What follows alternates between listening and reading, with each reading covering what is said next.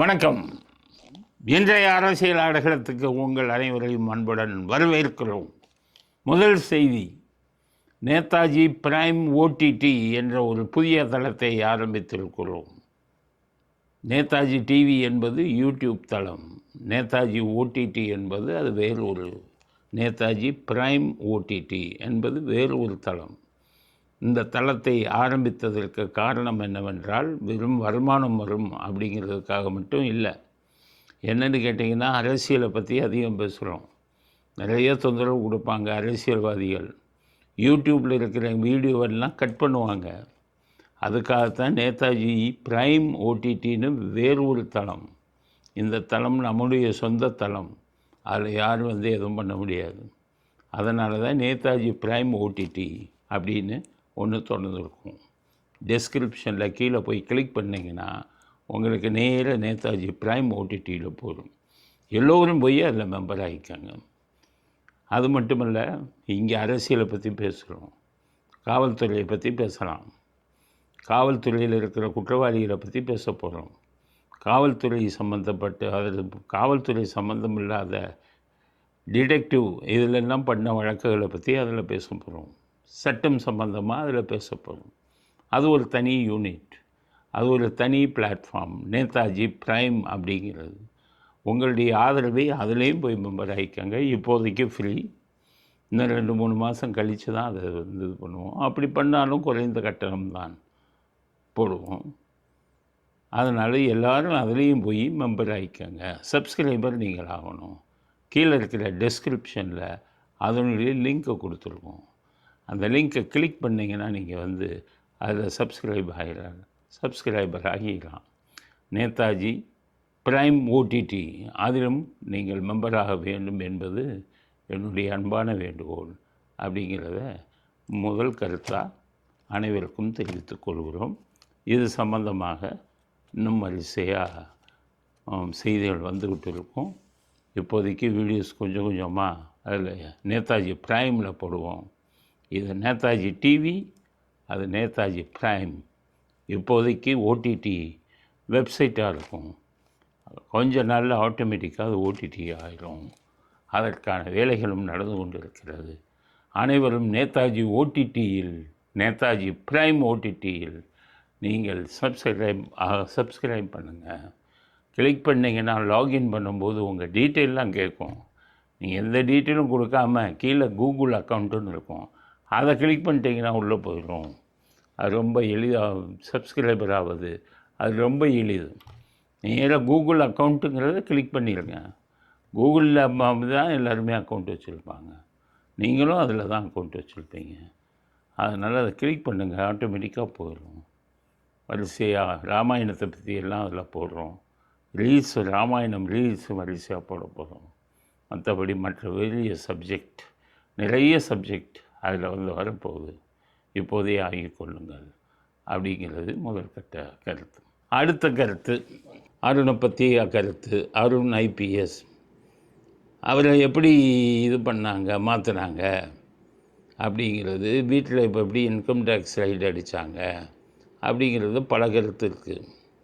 உண்மையான கருத்து ஒன்று டெல்லியிலேருந்து வந்திருக்கு.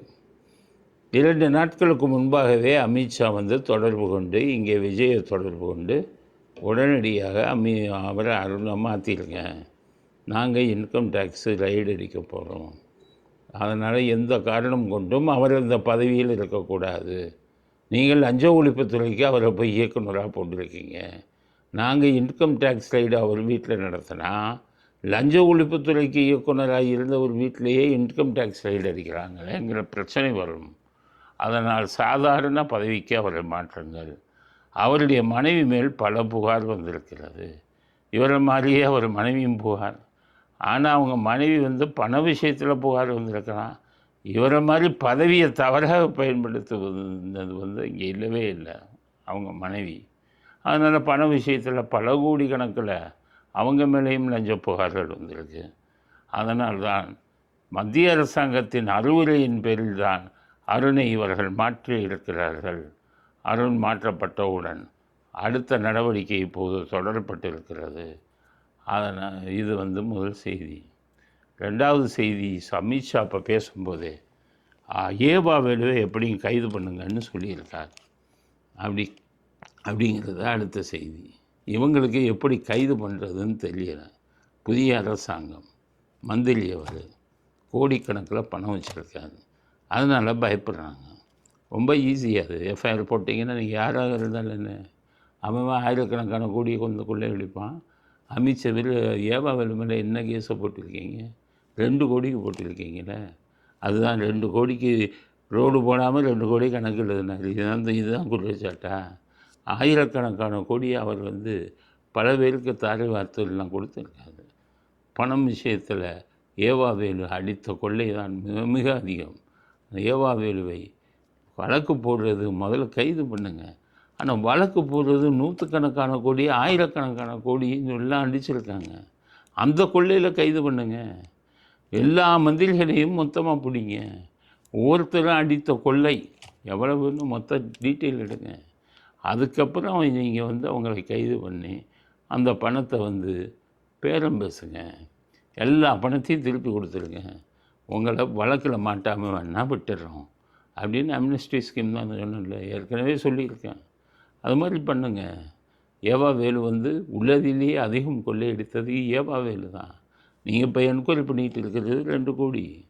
நான் சொல்கிறேன் 1000 கோடி, 2000 கோடி, 3000 கோடின்னு சொல்லிடுறேன். அது அப்புறம் 2 கோடியை வச்சுக்கிட்டு இது பண்ணி எஃப்ஐஆர் போட்டு கைது பண்ணி என்ன பிரயோஜனம்? அதனால் ஏவா வேலுவை அமித்ஷா கேட்டுக்கொண்டபடி உடனே கைது செய்ய வேண்டும். எல்லா மந்திரிகளையும் கைது பண்ணணும். ஒருத்தன் யோக்கியம் இல்லை திமுக. அதில் எல்லா பேரையும் உடனடியாக கைது செய்ய வேண்டும். அவர்களுடைய இருக்கும் சொத்தம் நீங்கள் பறிமுதல் பண்ணணும். லஞ்ச பணம் எங்கெங்கே இருக்குங்கிறதையும் தேடி கண்டுபிடித்து இது பண்ணணும். உடனடியாக நடவடிக்கை எடுக்கணும். இப்போ பாருங்கள், கேஎன் நேரு விஷயத்தில் ஈடி என்ன சொன்னால் 10-12 பக்கத்தில் டிஜிபிக்கு கடிதம் எழுதுனா. அந்த கடிதத்தில் என்ன இருந்தது? ஆதாரங்கள் பாருங்கள். 1020 கோடி கேஎன் நேரு மந்திரியாக இருந்து கொண்டு பணத்தை சம்பாதிச்சிருக்காரு, ஊழல் பணம். அதற்கான ஆதாரம் இதோ இருக்கிறதுன்னு சொல்லி வாட்ஸ்அப் சாட்டு கொடுத்தான், வாட்ஸ்அப் இமேஜ் கொடுத்தான், வாட்ஸ்அப் கான்வர்சேஷன் கொடுத்தான். இவ்வளவும் கடிதமாக எழுதுனா ஈடி. அதில் அவன் என்ன கேட்டான்? நான் ஈடி உள்ளே வர முடியாது, எஃப்ஐஆர் போடுங்க அப்படின்னு கேட்டான். ஸ்டாலின் இருக்கிறவரை எஃப்ஐஆர் போட மாட்டேன்னு. இப்போ இந்த ஆட்சி வந்துருச்சு, எஃப்ஐஆர் போட்டாங்க. இப்போ ஈடி அமைதியாட்டம் பாருங்க. கேட்டது ஈடி 1020 கோடி கேஎன் மேலே. ஈடி இப்படித்தான், மத்திய அரசாங்கமும் இப்படித்தான். பிடிச்ச உடனே இவங்க இங்கேருந்து போவாங்க. இங்கேருந்து போய் காலில் விழுவாங்க. நிர்மலா சீதாராமன் பார்ப்பாங்க, மற்ற யாரையும் பார்ப்பாங்க, எங்களை விட்டுருங்கம்பாங்க. அதனால் இந்த லஞ்சம், ஊழல் இதெல்லாம் அந்த மத்திய அரசாங்கம் எடுக்கும்போது நிறைய வித்தியாசம் இருக்குது. 2G ஊழல் எவ்வளோ பெரிய ஊழல், நாட்டையே உழைக்கிய ஊழல். ஆனால் அதில் விடுதலை கிடைச்சிருச்சே. காரணம் என்ன? சிபிஐ சரியாக விசாரிக்கிறாங்களா? விசாரிக்காமல் செய்தது யார்? அதனால் பிஜேபி எப்படி பண்ணுவாங்க? கேஸும் போடுற மாதிரி அப்படி பயமுறுத்துவாங்க. ஆனால் அதே சமயத்தில் கேஸு போடுவாங்களான்னு உறுதியாக சொல்ல முடியாது. சொல்லியிருந்தாங்க கேஎன் மேலே எஃப்ஐஆர் போட்டாச்சுப்பா, வாங்க ஈடி என்ன பண்ணிக்கிட்டு இருக்கீங்க அப்படிங்கிறது தான் முதல் கருத்து. இதில் வேடிக்கை என்னென்னா, இப்போ லஞ்சம் இதெல்லாம் வந்துருச்சு, எல்லாம் மாட்டுறாங்க. ஸ்டாலின்கிட்ட அவ்வளோ வெறும் உதயநிதிட்டு ஸ்டாலின்கிட்டையும் பிஜேபி காலில் போய் விழுந்துருங்க, இல்லைன்னா தாவை காக்காருங்க எல்லாத்தையும் பிடிச்சி உள்ளே விட்டுருவாங்க. அதனால் பிஜேபி தான் நம்மளை காப்பாற்றணும் அப்படின்னு இருக்காங்க. அப்போ இப்போ உதயநிதி சரின்னு சம்மதம் சொல்லி சரின்னு இப்போது அமித்ஷாட்ட பேரம் பேசி கொண்டு இருக்கிறாரு. எதுக்கு? கூட்டணிக்கு. பாஜகவும் திமுகவும் கூட்டணி. பாஜகக்காரன் பார்த்தாங்க, ஒரே நாடு ஒரே தேர்தல் மசோதா வரப்போகுது, மறுபடியும் 3ல் 2 பங்கு மெஜாரிட்டி வேணும். திமுகவோட 23 சீட்டு எம்பி, அது அதெல்லாம் கள்ள ஓட்டு போட்டு ஜெயித்தது.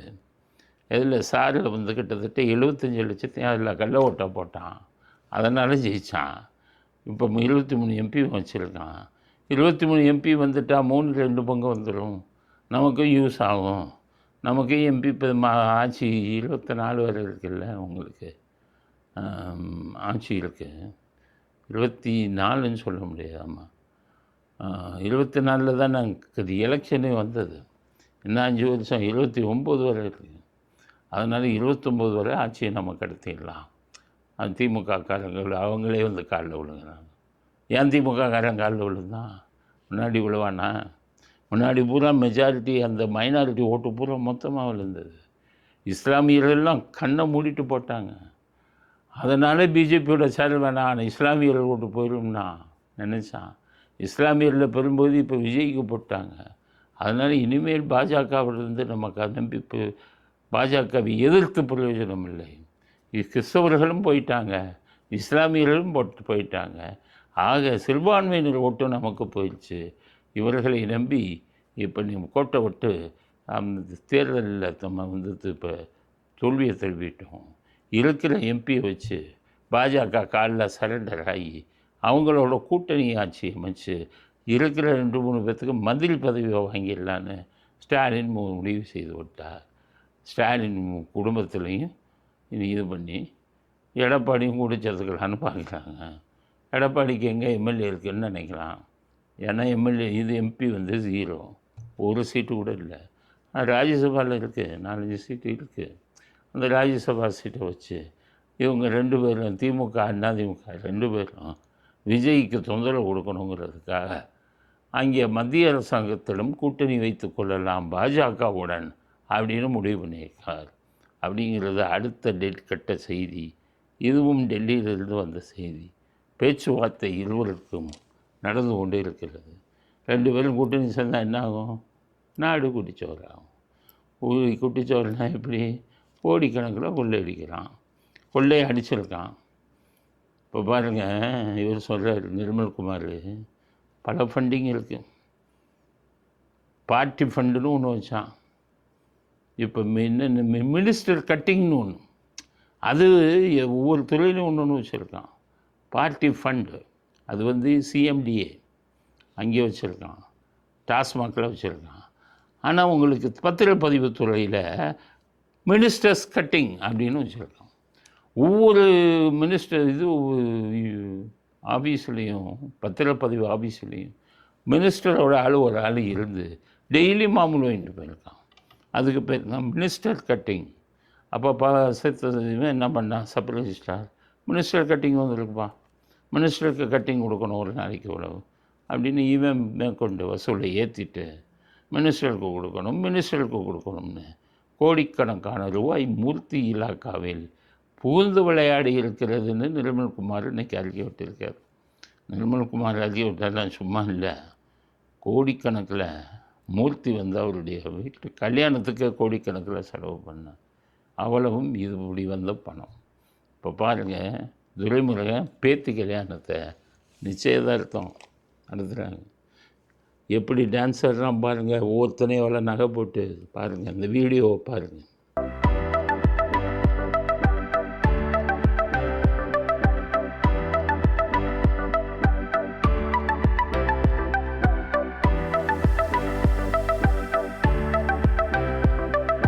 ஆக இந்த வீடியோவில் ஆடுறவன் ஒரு ஊராட்சி தலைவர். அவன் போட்டிருக்கிற நகை செயின் எல்லாம் சேர்ந்து எத்தனை நூற்றுக்கணக்கான சவரன் சேரும். இந்த யோகியர்கள் உத்தமர்கள் இவங்க போய் சசிகலாவை காமிச்சு அவங்க போட்ட நகையெல்லாம் காமிச்சு அப்போல்லாம் நகை போட்டிருக்காங்கன்னு சொல்லி உத்தமர்கள் மாதிரி 1996 படங்கள் எல்லாம் காமிச்சு ஊரை ஏமாற்றி ஆட்சிக்கு வந்தாங்க.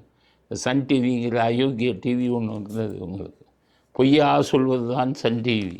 அன்றைக்கி சன் டிவியில் போட்டு காமிச்சாங்க, சசிகலா நகையை பாருங்கள், ஜெயலலிதா நகையை பாருங்கன்னு. அவங்களாச்சும் பொம்பளைங்கயா? உன் ஆம்பளை ஊராட்சி தலைவர் எவ்வளோ நகையை போட்டு ஆடுறான் பாரு இந்த வீடியோவில். அவரும் சேர்ந்து ஆடுறாரு. துரைமுருகன் பையனும் சேர்ந்து ஆடுறாரு. கதிரானத்து வீட்டில் 10 கோடி பிடிச்சாங்க. இன்றைக்கி வர என்னாச்சுன்னு கணக்கே தெரியலை. ஆக அரசியல்வாதிகள் எப்போதும் சட்டத்தின் வசம் இது பண்ணுறதில்லை. பொதுமக்கள் நல்லா யோசிச்சு பாருங்க. அவன் ஒருவேளை சாப்பாடுக்கு கஷ்டப்படுறான். காட்பாடி கூட்டம் ஒரு ஊராட்சி தலைவரே அவ்வளோ நகை போட்டுருக்கான். காட்பாடி இந்த கூட்டம் வந்துக்கிட்டு நிச்சயதார்த்தத்துக்கு கோடிக்கணக்கில் செலவு பண்ணுறாங்க.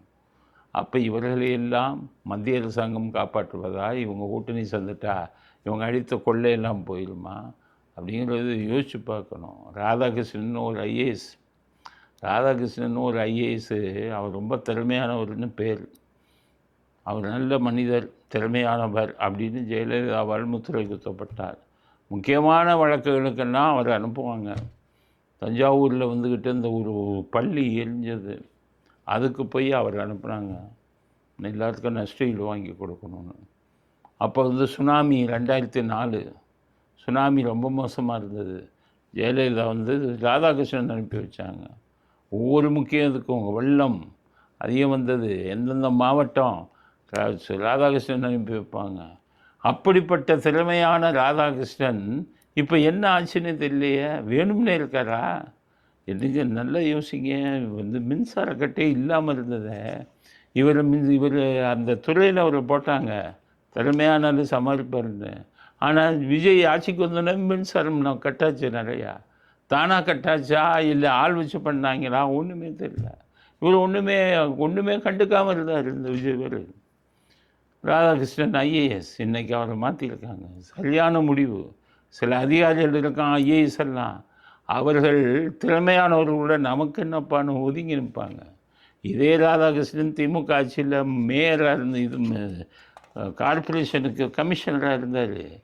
அவர்கிட்டே லஞ்சம் கேட்டான் திமுகக்காரன், ஒரு கூட்டத்தில் கலந்துக்கு வந்தாருன்னு சொல்லி. அவங்ககிட்டே சிரிச்சுக்கிட்டு பதில் சொல்லிட்டு போனவர் ராதாகிருஷ்ணன். ஏன் சரியாக வேலை செய்யவில்லை? உங்களை மாற்றுமானவருக்கு ஏன் இப்படி ஒரு சூழ்நிலை வந்தது? ஏன் மின்கட்டு வந்தது? திடீர்னு மின்வெட்டு நடந்தது என்ன காரணம்? இப்போ டம்மி போஸ்ட்டில் தூக்கி போட்டு வேறு ஒரு ஐஏஎஸ்ஐ மாற்றி இருக்கிறார்கள். அதனால் ராதாகிருஷ்ணனை மாற்றியது சரியான விஷயம்தான் அப்படிங்கிறது தான் நம்முடைய கருத்து. அடுத்து பார்த்திங்கன்னா செந்தில் பாலாஜி கேஸில் ஒருத்தர் அப்ரூவானார். செந்தில் பாலாஜி என்ன பெருசாக நினைக்கிறீங்க? ஹீரோண்டா பைக்கில் சுற்றிக்கிட்டு தெரிஞ்சார். 18 வருஷத்துக்கு முன்னாடி ஹீரோண்டா பைக்கில் இதே கரூரில். இன்றைக்கி பார்த்தீங்கன்னா பெரிய ஆள், ஆனால் பெரிய இவருக்கு மேலே பணக்காரன் கிடையாதுங்கிற மாதிரி கோடிக்கணக்கில் கையில் வச்சுருக்கேன். உங்களுக்கு தெரியும், 2011 2015 வரை அவர் போக்குவரத்து துறை மந்திரியாக இருந்தார் ஜெயலலிதா பீரியடில். அப்போ வந்து போக்குவரத்து துறையில் வேலை வாங்கினேன்னு எல்லாத்தையும் பணம் வாங்கினார். பணம் வாங்கினதுக்கப்புறம் இப்போ அதை வந்து பிரச்சனை பெருசாகி பாதிக்கப்பட்டவங்கெல்லாம் வழக்கு போட்டோன்னா கூப்பிட்டு திருப்பி கொடுத்தார். சுப்ரீம் கோர்ட்டு என்ன சொன்னால், எப்படியா திருப்பி கொடுத்தா நீ செய்த குற்றம் போயிடுமா? பணம் வாங்கலாமா நீ போஸ்ட்டுக்கு? இவர் மேலே கேஸ் போடுங்கன்னாரு. 2000 பேரை குற்றவாளி ஆக்குனாங்க. ஸ்டாலின் மனசாட்சி இல்லாத ஒரு மனிதர், இந்த உலகத்திலேயே மனசாட்சி இல்லாத ஒரு மனிதர்னால் அது ஸ்டாலின் தான். அட பாருங்க, மனசாட்சி எப்படிப்பட்ட திருடனுக்கே மனசாட்சி இருக்குமையா? நான் எத்தனையோ வழக்கில் பார்த்துருக்கேன். திருடனுக்கு மனசாட்சி இருக்கும். ஒரு திருடன் ஒரு அம்மா செயினை எடுத்துகிட்டு போயிட்டான், அது தாலி செயின். அப்படி அந்த அம்மாவுக்கு கவலை என்னென்னா, செயின் போயிடுச்சே அப்படிங்கிற கவலை கூட இல்லை, என் தாலி போயிடுச்சே, அதில் தாலி போச்சிருந்தேனே, திருடன் கொண்டு போயிட்டானே அப்படின்னு கவலைப்பட்டாங்க. கொண்டு போன திருடன் பார்த்தான், செயின் தாலி ரெண்டையும் பார்த்தான். ஆகா, தாலியை நம்ம தூக்கிட்டு வந்துட்டோமே. தாலிங்கிறது ஒரு புனிதமான ஒரு பொருளாச்சே இந்துக்களுக்கு. அந்த அம்மா ரொம்ப எவ்வளோ கவலைப்படும்.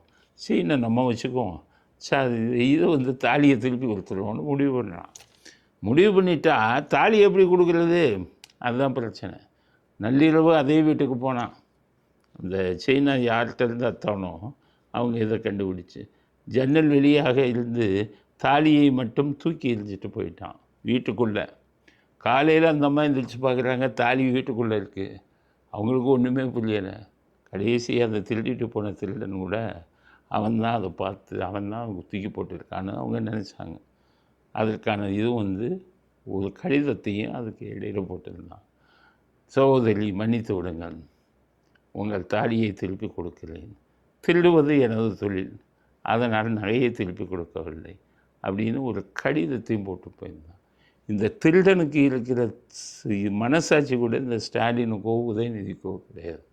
கொள்ளையடிக்கிறதுல, மக்கள் பணத்தை கொள்ளையடிக்கிறதுல அந்த ஒரு துளி கூட இந்த மனசாட்சி இல்லாத மனிதர்கள் அவர்கள். அப்படித்தான் அதில் வந்தவர் தான் இந்த செந்தில் பாலாஜி. செந்தில் பாலாஜி 2000 பேர் மேலே கேஸை போட்டாங்க. பணம் வாங்கினது செந்தில் பாலாஜி, பணம் கொடுத்தது 100 பேர். எல்லார் பேர் மேலேயும் பணம் கொடுத்தவங்க மேலேயும் கேஸை போட்டாங்க. கடைசி அதில் ஒருத்தர், அவர் செந்தில் பாலாஜிக்கு ரொம்ப வேண்டியவர், அதில் டிரைவராக இருந்தார். அவரும் முடிவு பண்ணிட்டார், செந்தில் பாலாஜி பணம் வாங்கினதெல்லாம் எனக்கு தெரியும், பாஸ்கரன் அவர் பேர், அதனால் நான் அப்ரூவல் ஆகிட்டார், நான் உண்மையெல்லாம் சொல்லிடுறேன் அப்படின்னு அப்ரூவல் ஆகிட்டார். இன்றைக்கு அவர் அனாதையாக செத்து கிடந்தார்.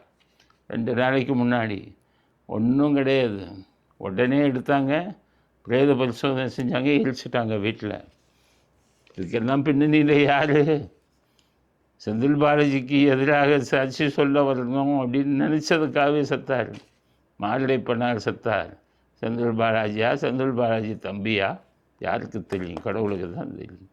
அதனால் பாஸ்கரன் என்பவர் இன்று மரணம் அடைந்திருக்கிறார். இந்த பாஸ்கரன் தான் செந்தில் பாலாஜி வழக்கில் அப்ரூவராக மாறியவர். அப்போ மரணத்துக்கு பின்னால் யார் இருப்பார்கள் அப்படின்னு அனைவருமே சந்தேகப்படுறாங்க. அதனால் வருங்காலத்தில் நிச்சயமாக அவருடைய இது கொலையா இல்லை தற்கொலையா இல்லை மாரடைப்பா, அதுக்கு காரணமானவர்கள் யார் என்பதை இறைவன் தான் சொல்ல வேண்டும். எப்படி மாட்டுவாங்க சம்பந்தப்பட்டவர்கள் அப்படிங்கிறது அடுத்த கட்ட கருத்து. அடுத்தது, சிறைச்சாலையிலேயே உள்ள ஒரு மாற்றுத்திறனாளி அவரை அடித்து கொண்டிருக்கான். சிறைங்கிறது நம்ம தண்டனையை அனுபவிக்கிறோம், அங்கேயே அடித்து கொண்டு இருக்கான். எங்கே? கன்னியாகுமரி மாவட்டத்தில் தூத்துக்குடி சிறையில் ஒரு மாற்றுத்திறனாளியை அடைச்சி சாகடிச்சிருக்காங்க. அப்போ சிறைச்சாலை எப்படி நடக்குதுன்னு பாருங்கள். அதனால் இவங்கெல்லாம் மற்றவங்கெல்லாம் சஸ்பெண்ட் பண்ணுவாங்க. ஆனால் விஜய் ஆட்சியில் போய் கைதே பண்ண சிறை காவலர்களை அப்படின்னு கைது பண்ணி, சிறை காவலர் அதிகாரிகள் எல்லாத்தையும், கூட இருந்த கைதிகள் எல்லாத்தையும் கைது பண்ணியிருக்காங்க. சிறைச்சாலை அவ்வளோ கொடுமையான இடமா இன்றைக்கும் இருந்துகிட்டு இருக்குது. மிக மிக கேவலமான விஷயம். சிறைச்சாலை சரியான நிலைமையில் இல்லை. அங்கே இருக்கும் ஒவ்வொருவரையும் தவறு செய்தால் நல்ல அதிகாரிகளும் இருக்காங்க. நான் இருக்கும்போதெல்லாம் பார்த்தேன், அவ்வளவு பாதுகாப்பு கொடுப்பாங்க, ஒவ்வொருத்தருக்கும் பாதுகாப்பு கொடுப்பாங்க, உயிர் போயிடக்கூடாதுங்கிற கவனமாக இருப்பாங்க. அப்படிப்பட்ட அதிகாரிகள் இருந்த இடத்துல நாகூர் இல்லை, சிறையில் இருந்தே செத்துருக்காரு அப்படிங்கிறது கொடுமையான விஷயம். அதில் நல்ல விஷயம் என்னென்னா, விஜய் அரசாங்கம் வந்தோடனே அவர்களை கைது செஞ்சுருக்காங்க, அந்த அதிகாரிகளை. மற்றவங்கெல்லாம் இது இல்லாண்டு இப்போ சஸ்பென்ஷன் இதெல்லாம் கிடையாது, கைதே பண்ணியிருக்காங்க. அப்போ தானே பயம் வரும். அவன் கைமொழி கற்றுன்னு கற்றுறாங்க. ஐயோ பாவம், ஏம்மா உங்கள் அப்பா அவங்க அண்ணன் ஆட்சியில் இருந்தார், உங்கள் அண்ணன் ஆட்சியில் இருக்கும்போது அஜித்குமாருங்கிற பையனை அடித்து கொண்டீங்களம்மா, ஒரு ஐஏஎஸோ உங்கள் அண்ணன் உங்கள் குரூப் எல்லாம் சேர்ந்து அடித்து கொண்டீங்களே நிக்கிதாங்கிற பெண்ணுக்காக. அந்த அஜித்குமார் அன்னைக்கு சாகும்போது மட்டும் ஒன்றும் சொல்லலையே, பெரிய பாவம், பெரிய அனுதாபம் தெரிவிக்கலையே. இன்றைக்கி இந்த சிறை கைது செய்ததுக்கு அனுதாபம் தெரிவிக்கிறது நாங்கள்லாம் தெரிவிக்கிறோம். உங்களுக்கு தகுதி இல்லை, நீங்கள் அனுதாபம் தெரிவிப்பதற்கு தகுதி இல்லை, உங்கள் அண்ணனை நாம் அனுதாபம் தெரிவிக்கிறது தகுதி இல்லை. காரணம், இப்படிப்பட்ட கொலைகள் எல்லாம் மிக மிக அதிகமாக நடந்தது உங்களது ஆட்சியில், உங்கள் அண்ணனது ஆட்சியில் அப்படிங்கிறத நீங்கள் புரிஞ்சுக்கணும் அப்படிங்கிறது அடுத்த கட்ட கருத்து. பலம் எடுக்கும் உளவு பிரிவு அப்படிங்கிறது எப்படி இருக்குங்கிறது உங்கள் எல்லாருக்கும் தெரியாது. உளவு பிரிவுங்கிறது எங்கே இப்போ காவல்துறையில் இருக்கான்லாம் கேட்பாங்க சில பேர். உளவு பிரிவு தான் ரொம்ப முக்கியம். அவங்க செய்கிற பணியே வெளியில் தெரியாது. இப்போ பார்த்தீங்கன்னா உளவு பிரிவு ரொம்ப நாள் எம்ஜிஆர் காலத்தில் தான் பலமாக இருந்தது. கருணாநிதி காலத்தில் யூஸ்லெஸ், ஒன்றுமே லாய்க்கில்லை. ஜெயலலிதா காலத்தில் அவ்வளோ பலம் இல்லை.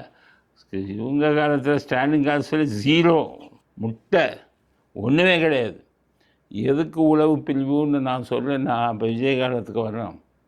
உளவு பிரிவுங்கிறது ஒரு முதலமைச்சர் டெய்லி நைட்டு 12 மணி 1 மணிக்கு உளவு பிரிவு ரிப்போர்ட்டை படிக்காமல் தூங்கக்கூடாது. உளவுத்துறை அறிக்கை எவ்வளோ ரகசியம் இருந்ததுமா, அந்த உளவுத்துறை மறுபடியும் ரகசியமாக மிக பிரம்மாண்டமாக வேலை செஞ்சுட்டு இருக்காங்க. இப்போ தான் நான் பழசெல்லாம் பார்க்குறேன்.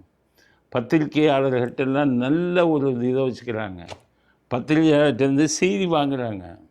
அவங்ககிட்ட சொல்கிறாங்க, எது இங்கே தப்பு நடக்குதோ அதெல்லாம் எனக்கு சொல்லுங்கள், நாங்கள் தப்பை தீர்க்கிறோம் அப்படின்னு கேட்குறாங்க. அதைத்தான் நான் எதிர்பார்த்தேன். உளவு பிரிவுனா இப்படி தான் இருக்கணும். இந்த அருண் போயிட்டு ஒவ்வொருத்தனையும் சண்டை போட்டுக்கிட்டு ஒவ்வொருத்தனையும் என்கவுண்டர் பண்ணிக்கிட்டு கேவலப்படுத்திக்கிட்டு இருந்தாங்க.